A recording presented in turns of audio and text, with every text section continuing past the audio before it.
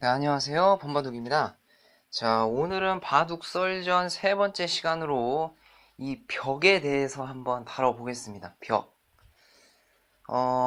우리가 이제 뭐 다른 종목의 게임이나 뭐 이런 거를 봤을 때도 그렇고, 이 벽. 다른 말로 하면은 한계라고도 표현을 하는데요. 분명히 뭐 우리 인생이나 다른 곳에서도 이 한계가 존재하고, 역시 바둑이라는 게임에서도 한계는 분명히 존재합니다. 저 같은 경우에는 뭐 물론 인생을 길게 살지는 않았지만 한 두 번의 벽을 좀 느꼈던 것 같아요. 일단 첫 번째는 제가 중학교 때까지 배드민턴을 이제 전문적으로 쳤는데 어, 에, 약간의 부상으로 인해서 이제 그만두게 되었고요. 그 다음에 이제 최근에는 바둑학과를 좀 들어가고 싶은 마음은 있지만 뭐 나이라든지 어떤 경제적인 이런 이런 것 때문에 들어가지 못한다는 그런 또 하나의 벽. 이런 이제 벽들이 분명히 인생을 살 때나 뭐 다른 것도 마찬가지죠. 이게 항상 벽 한계가 있기 마련입니다. 바둑 같은 경우에도 분명히 벽이 있어요. 그러니까 처음에 바둑을 배우고 이 쭉쭉쭉쭉쭉 올라가는 그런 재미가 있고 맛이 있을 때가 있습니다. 분명히. 그럴 때는 정말 뭐랄까요, 기분이 좋죠. 기분이 좋고 정말 내가 어디까지가 내가 올라갈 땐가라는 그런 약간의 뭐 허황된 생각이지만 그때 당시에는 벽이 없습니다. 하지만 단수가 올라가고 내 레벨이 그만큼 올라감에 따라서 내가 만나는 상대들도 세지고, 그렇죠. 내가 만나는 상대들도 세지기 때문에 분명히 어느 정도 올라가다 보면 벽이란 게 생길 수가 있어요. 저 같은 경우에는 지금 바둑에서의 벽은 아마 한 5로 7단이 벽, 타이잼을 치면은 이제 한 6, 7단 정도, 6단 정도가 벽인 것 같아요. 그러니까 계속 거기서만 이렇게 노는 거죠. 더 이상 올라가지도 않고 그렇다고 떨어지지도 않는 약간 그런 벽입니다, 지금. 물론 여기서 더 연습을 하고 더 노력을 해서 이 벽을 뛰어넘을 수도 있겠죠. 하지만 제가 생각했을 때는 이 아마추어, 이제 저 같은 아마추어들은 어쨌든 뭐 바둑을 즐기려고 하는 거잖아요. 그렇기 때문에 이 벽이 우리 같은 아마추어, 저 같은 아마추어에게는 어, 꼭 나쁘게만 작용하는 것 같지는 않습니다. 이 벽을 알면서 어, 바둑을 즐길 수가 있고요. 한마디로 어, 뭐라고 해야 될까? 일단 좀 이 패배가 조금 덜 아프게 느껴져요. 그러니까 이 벽을 모를 때는 정말 한 판을 지면 정말 속상하다라는 생각이 들거든요. 그러니까 전에도 카페에 어떤 분이 어떤 회원분이 이제 글을 올리셨는데 이 바둑을 지면 나도 모르게 욕을 한다. 근데 저도 사실 그랬어요. 저도 한창 20살 이 정도 때는 정말 바둑 한 판 지면 세상 다 잃은 것 같이 짜증나는 그런 진짜 지경이었습니다. 그만큼 이 저의 벽 한계를 모르다 보니까 패배를 잘 받아들이기가 어려웠던 거죠. 하지만 벽을 알고 내가 이 정도의 수준이구나. 내가 뭐 어느 정도 노력을 해도 좀 넘기 힘든 벽이구나라는 걸 아는 순간 패배를 해도 그렇게까지 멘탈적으로 이 피해가 없습니다. 왜냐면은 나는 수준이 뭐 쉽게 얘기해서 5로 7단 뭐 타이제만 6단 이 정도 수준이니까 뭐 올라간다고 해도 분명히 좀 떨어질 것이고 거기서는 그쵸? 결국 여기서 그냥 안주하면서 즐기자라는 생각이 들기 마련입니다. 하지만 이런 벽이 이 프로들에게는 정말 뭐랄까요, 참 시련이죠. 한마디로 프로들은 솔직히 저 같은 뭐 아마추어는 즐기면 그만이지만 이 프로는 이걸로 업을 삼아야 되고 뭐 생계를 한마디로 이 꾸려 나가야지 않습니까? 이 바둑으로 바둑이 업이기 때문에 그렇기 때문에 성적이 안 나오고 분명히 이분들도 한계를 느낄 때가 이 벽을 만날 때가 정말 힘들 거예요. 그래서 많은 분들은 일찌감치 이 벽을 느껴서 보급 기사로 활동하시는 사범님들도 굉장히 많고요. 아니면 더욱더 연구를 통해서 실력을 늘려나가는 그런 경우도 많습니다. 대표적으로 자신의 벽을 뛰어넘은 기사를 소개하자면 바로 서봉수 구단이 아닐까 싶습니다. 이 서봉수 서명인이라고도 하죠. 이 명인전에서 워낙에 강한 모습을 보였기 때문에 서명인이라는 별명이 있는데요. 이 서봉수 구단 같은 경우에는 그때 당시에 바둑을 이제 좀 잘 두고 프로에 입문하기 위해서는 일본으로 유학을 가는 게 거의 대세였어요. 그래서 뭐 조은현 구단이라든지 윤기현 구단 뭐 이런 분들이 다 그 일본 유학파 분들이시죠. 그래서 일본에 유학을 갔다 와서 이제 일본에서 배워서, 왜냐면 그때 당시는 일본이 더 선진 바둑이었으니까요. 거기서 배워서 이제 한국에 와서 성적을 내는 이런 게 이제 시스템이었는데, 서봉수 구단 같은 경우에는 집안 형편상 일본을 갈 수가 없었다고 합니다. 일본 유학을 가려면 어쨌든 이 돈이 들 거 아니겠습니까?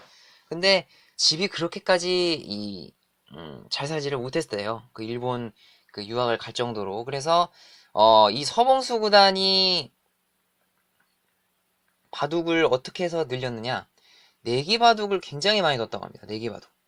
이 내기 바둑이 어찌 보면은 이 서봉수 구단한테는 어 그러니까 원래는 내기 바둑을 처음에 바둑을 배우고 이런 뭐 프로가 되려고 하는 사람한테는 내기 바둑을 두지 말라고 그래요. 왜냐면은 내기 바둑을 두려면 정수로 두기보다는 약간 이런 어 꼼수 이런 것도 좀 부려야 되고 변칙수 이런 것도 부려야 되기 때문에 내기 바둑 두면 혼납니다, 사실. 근데 이 서봉수 구단 같은 경우에는 그 벽 한계를 뛰어넘어서 내기 바둑으로서 이 실력을 늘린 그런 케이스고요. 또 하나는 서봉수 구단이 이제 명인전, 그때 당시에는 이제 지금은 사실 오픈 제잖아요. 거의 모든 대회가 오픈제였는데, 그때 당시에는 뭐 국수전이나 명인전 이런 거는 내가 국수 타이틀을 한번 하면은 밑에서부터 도전자들이 경쟁을 해서 그 도전자 한 명이 딱 결정되면은 그 도전자랑 딱 붙는 약간 그런 시스템이었어요. 근데 그때 당시에 조은현 구단이 거의 막 전관왕을 하고 이럴 때도 이 서명인이 명인전만큼은 내주지를 않으면서 전관왕을 막습니다. 근데 어느 해인가 이 서봉수 구단이 명인전 타이틀을 조은현 구단에게 뺏기고 전관왕을 내줘요. 그리고 이제 그 유명한 일화가 있습니다. 끝나고 이제 바둑이 이제 끝나면 승자가 있고 패자가 있잖아요. 그래서 조은현 구단 같은 경우에는 승자잖아요. 이제 승자니까 모든 스포트라이트가 다 조은현 구단한테 가는 거예요. 모든 스포트라이트가. 근데 서봉수 구단은 혼자 쓸쓸하게 이제 패자기 때문에 패자에게는 참 가혹하게도 스포트라이트가 안 가죠. 나왔는데 당시에 박치문 이제 대기자님 이 기다리고 있다가 술 한잔 하자고 해가지고 이제 술을 드시러 갔답니다. 근데 술을 이제 이렇게 드시다가 서봉수 이 서명인께서 울으셨대요. 울으면서 조은현이 있는 한 나 서봉수는 하면서 이렇게 울으셨대요. 한마디로 얼마나 자존심도 상하고 정말 화가 났겠습니까, 자기 자신한테. 한마디로 이 서봉수 구단은 자기 자신한테 벽을 느꼈을 거예요. 벽을 느꼈을 겁니다. 아, 나에게 조은현이란 벽이다.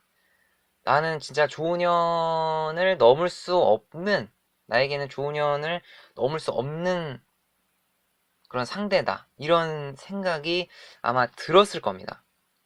그래서 보통 같으면은 거기서 나가 떨어지고 포기를 하죠. 그냥 2인자로서 이렇게 남게 되는 그런 상황이 되는데, 이 이후로 서봉수 구단이 더욱더 공부를 열심히 해요.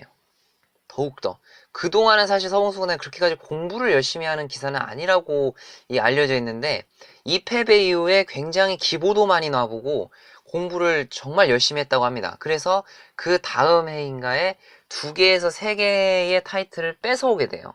그러니까 결국은 이 서봉수 구단은 본인에게 있어서 이 조은현이라는 벽을 어느 정도는 넘어선 그런 기사라고 볼 수 있겠죠. 그래서 이 조은현 구단도 후에 평가를 하기를 정말 서봉수 구단은 잡초 같은 그런 사람이다. 밟아도 정말 막 계속 이기면 진짜 질려가지고서라도 이 좀 포기를 하지 않습니까? 근데 서봉수 구단은 또 일어나고 또 일어나서 그 조은현이라는 벽을 넘어서 결국은 타이틀을 또 몇 개 차지하면서 이 조은현의 1인 독주 시대를 막은 그런 또 장본인이시기도